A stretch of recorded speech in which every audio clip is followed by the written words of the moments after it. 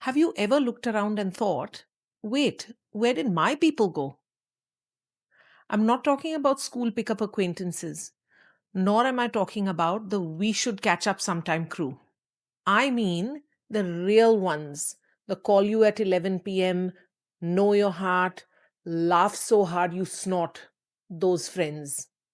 If that missing something feeling has been quietly humming away in the background, you are so not alone.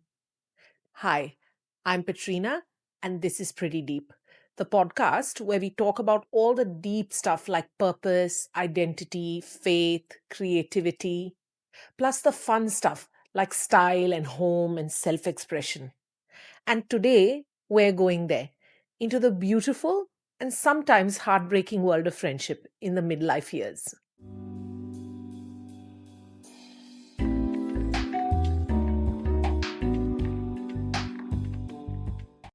Welcome, my lovely friend.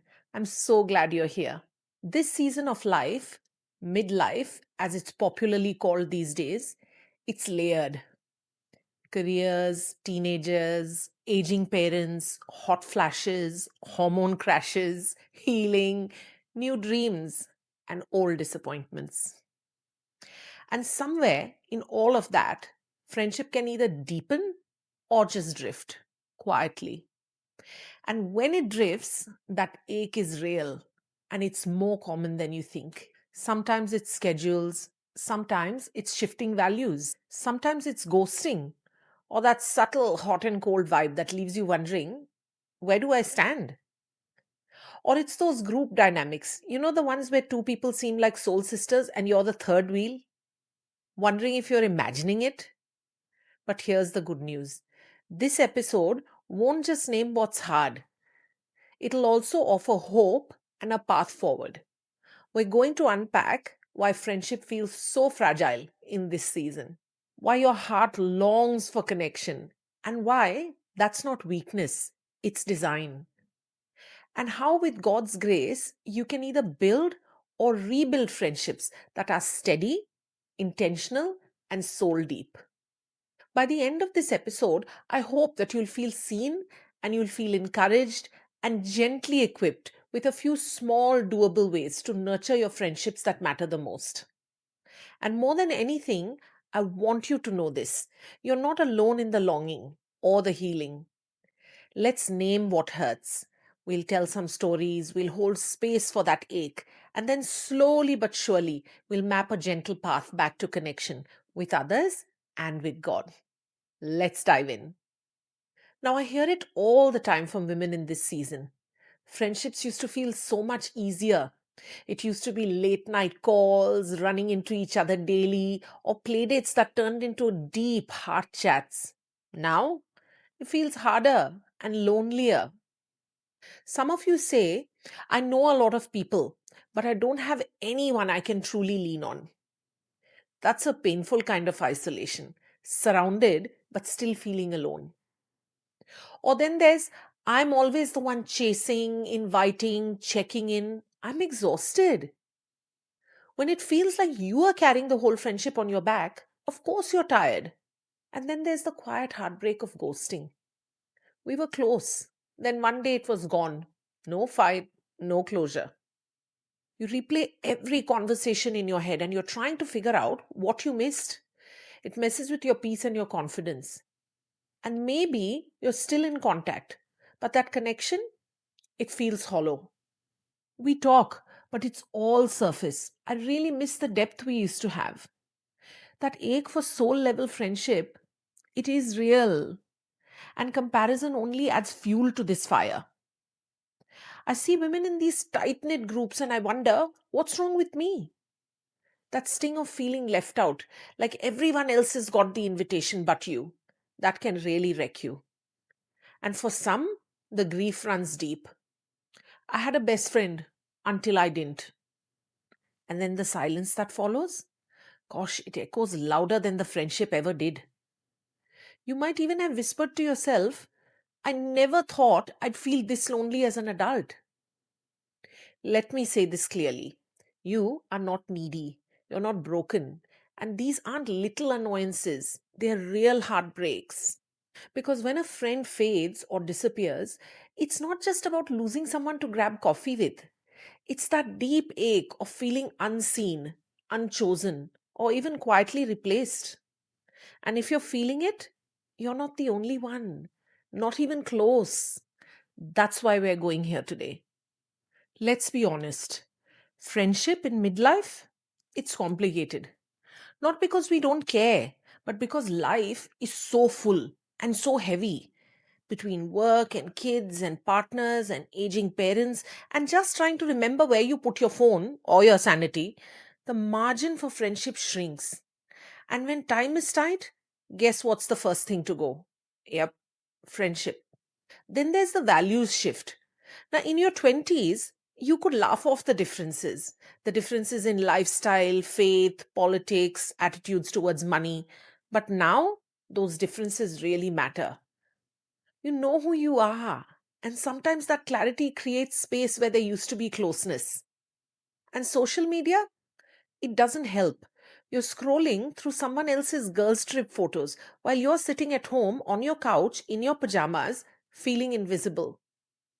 What you may not know though is that a lot of people posting these pictures, they're lonely too. You're seeing their highlight reel, not the real pain behind the scenes. Then there's emotional bandwidth.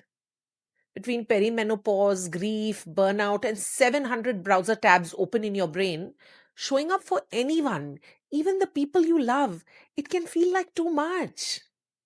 And let's talk about constancy. We all crave steady, loyal, you can count on me kind of friendships. But many of us have been burned by inconsistency. People who are warm one day and distant the next. That kind of hot and cold, it can leave you feeling off balance, like you never know where you stand. And underneath all of this is the quiet question that we're often too embarrassed to ask. Why does it feel so hard to make real friends now? You're not imagining it. That hunger for deep soul level friendship, it's real. And so is the heartbreak of not having it. If you felt sadness or anger or even shame over a friendship that's faded, it's okay. That's not drama, it's grief.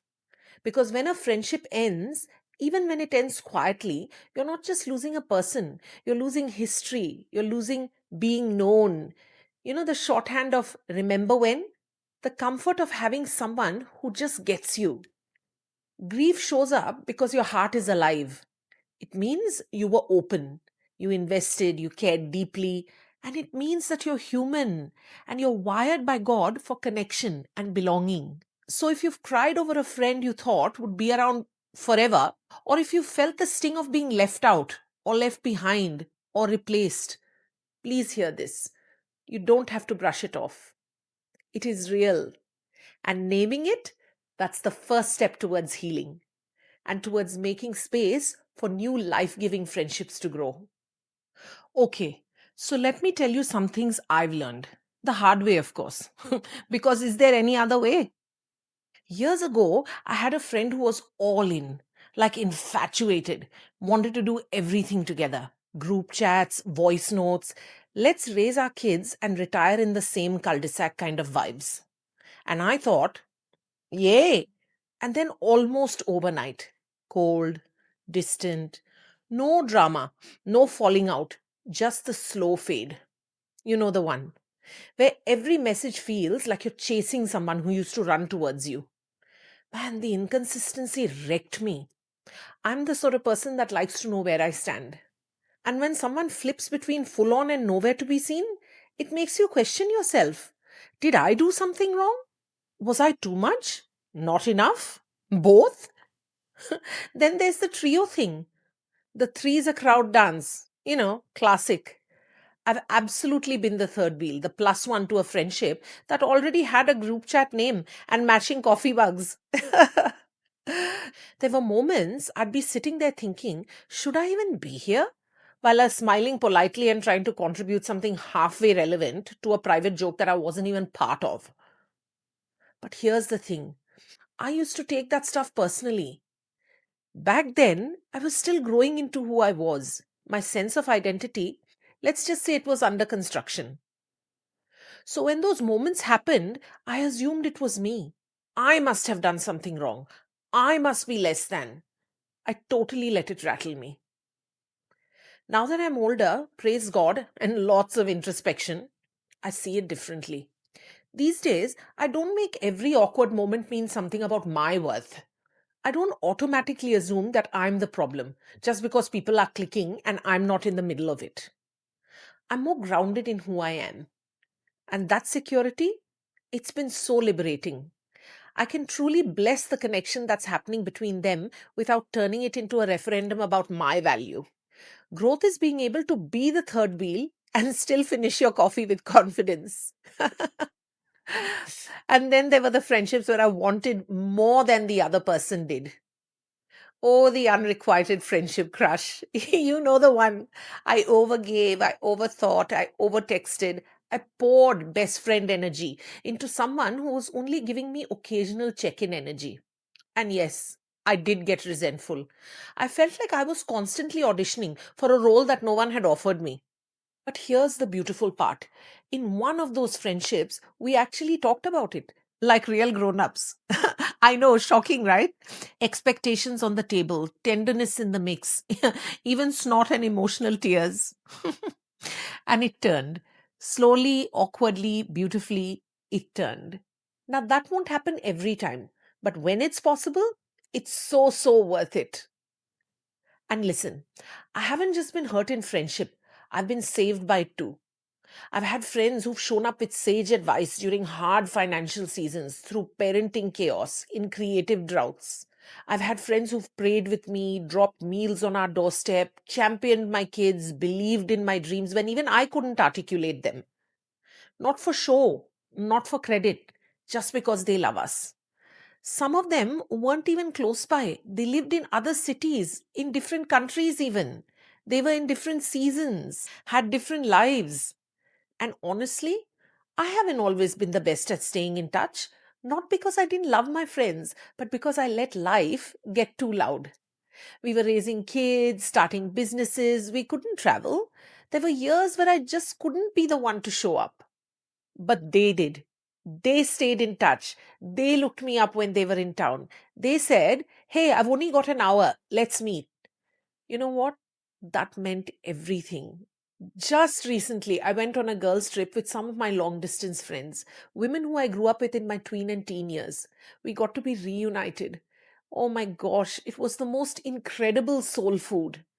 We laughed and we reminisced and we ate too much and we picked up like as if no time had passed. These friendships, they're still alive, they're still thriving because someone made the effort to keep the flame burning. And I, for one, am so, so grateful. And here's what I've realized.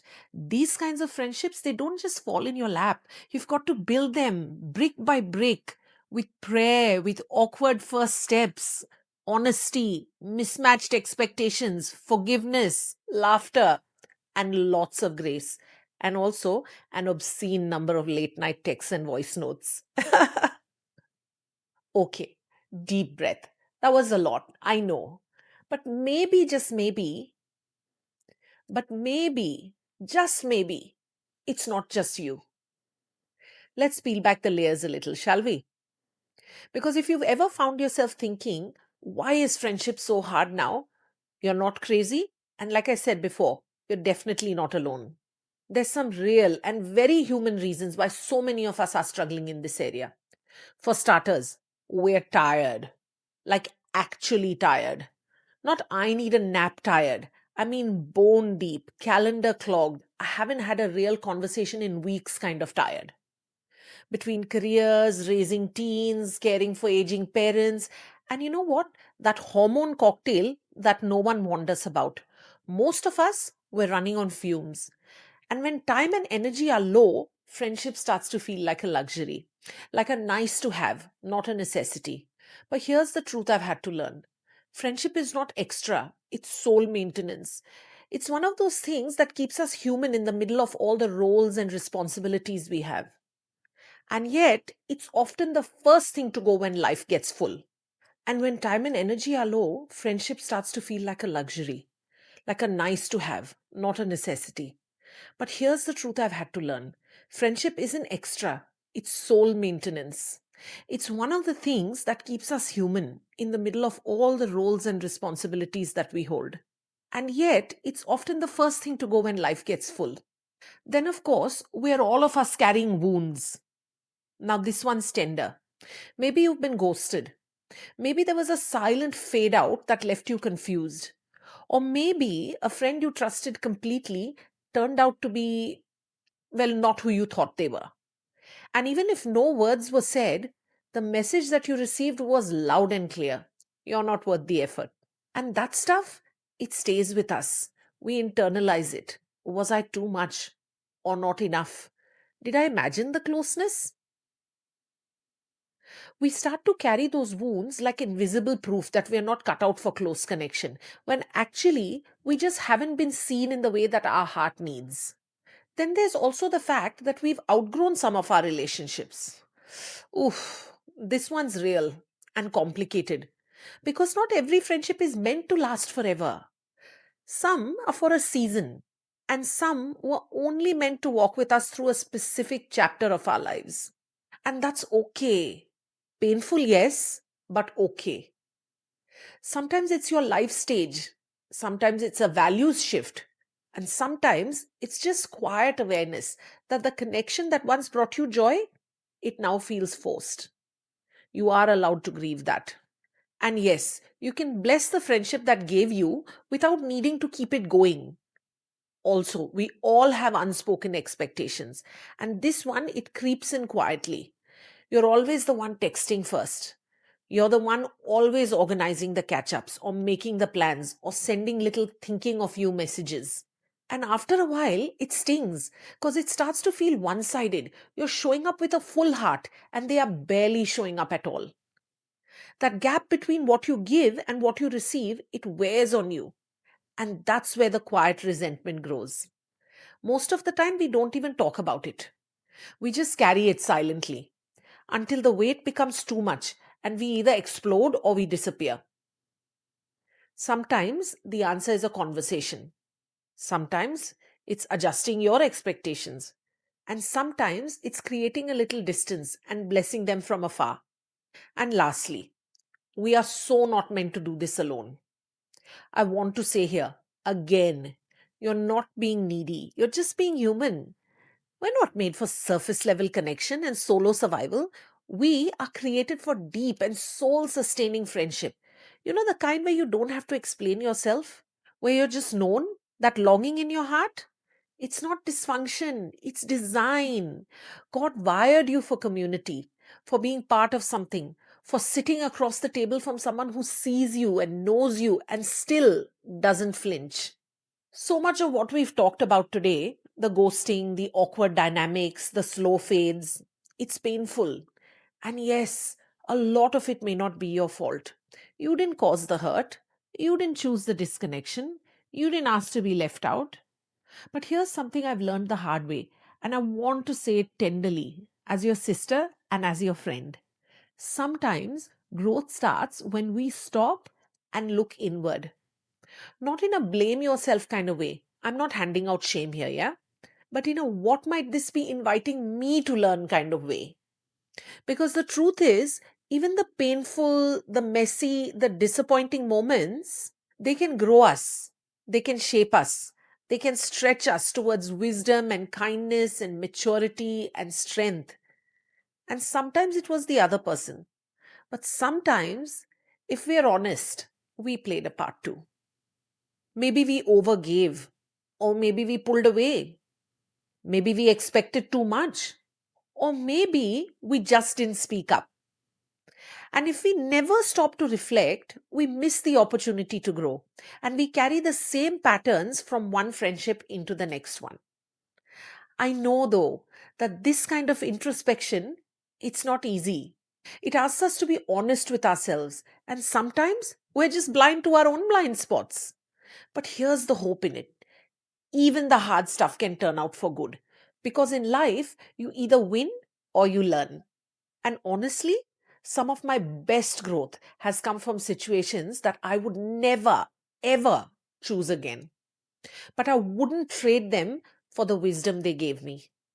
So, yes, let's acknowledge the hurt, But also, let's ask the quiet, brave question: is there anything here that I need to see more clearly in myself? That's not weakness, that's growth. That's maturity. That's becoming the kind of friend that we're hoping to find. All right, we've named the ache, we've told the truth, and we've looked inward with compassion.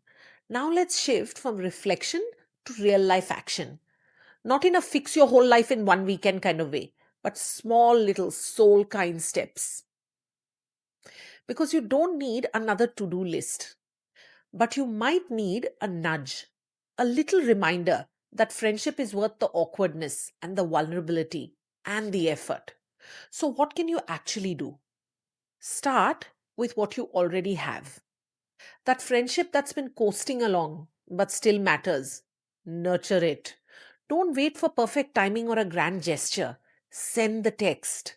Schedule the walk. Drop a quick little voice note. Hey, just thinking of you. No pressure to reply. Just wanted to say hi. Sometimes we sit on reaching out for too long. We're waiting for the stars to align. But most friendships are not built in big moments, they kept alive in the small ones. Be the friend that you wish you had. Not in a let me overextend myself kind of way, but in a let me show up with kindness and clarity kind of way. Pray for your friends, even the ones you haven't talked to in a while. Check in on them just because, not to get something, just to remind them that they matter. Serve without keeping score. It doesn't have to be extravagant. Drop off a coffee, send a meme, watch her kid for an hour so she has a moment to breathe. Those small offerings, they stack up over time. Make room for new connection. Say yes to the thing, even if it feels awkward, even if you don't know anyone, even if your social battery is suspiciously low. Because sometimes the beginning of something beautiful hides in a room that you almost didn't walk into. Join the group, sit in the circle, ask the question, be awkward, be brave. You can cringe later if you need to, but please go anyway. When a friendship needs release, do it with grace. You're allowed, fully allowed, to walk away from friendships that are toxic or one sided or quietly draining you. Boundaries are not betrayal, they are stewardship. But if possible, let it go with blessing, not with bitterness. You don't need a dramatic exit speech, just a quiet decision that says, I'm going to love them from afar now. And yes, forgiveness is part of your healing too. You may never get the apology, but you can choose to let the pain unclench its grip from your heart. Forgiveness doesn't mean pretending it didn't hurt. It just means you're not letting the hurt lead you anymore. And what about long distance friendships? If you listened earlier, you know that this one is close to my heart. Because some of my most treasured friendships have survived only because someone else made the effort. Long distance friendships need a little more intention, but they're so worth keeping warm. Text them when you think of them. Just read this, made me laugh, had to send it to you. Plan ahead. Hey, I'll be in your city next month. Can we grab a quick coffee? Mark birthdays in your calendar. Voice note when you're on a walk. It doesn't have to be constant, it just has to be consistent. Little moments of care keep the love warm. Now, a gentle reminder, darling girl. You are not behind. You're not bad at friendship. You're just human in a busy, complex season. And you're learning how to stay open when your heart has been bruised. That takes courage. Real friendship is possible. Depth is possible. Safe, soul level friendship is still possible. Let's take the first small steps together. All right, you've made it this far. I love that.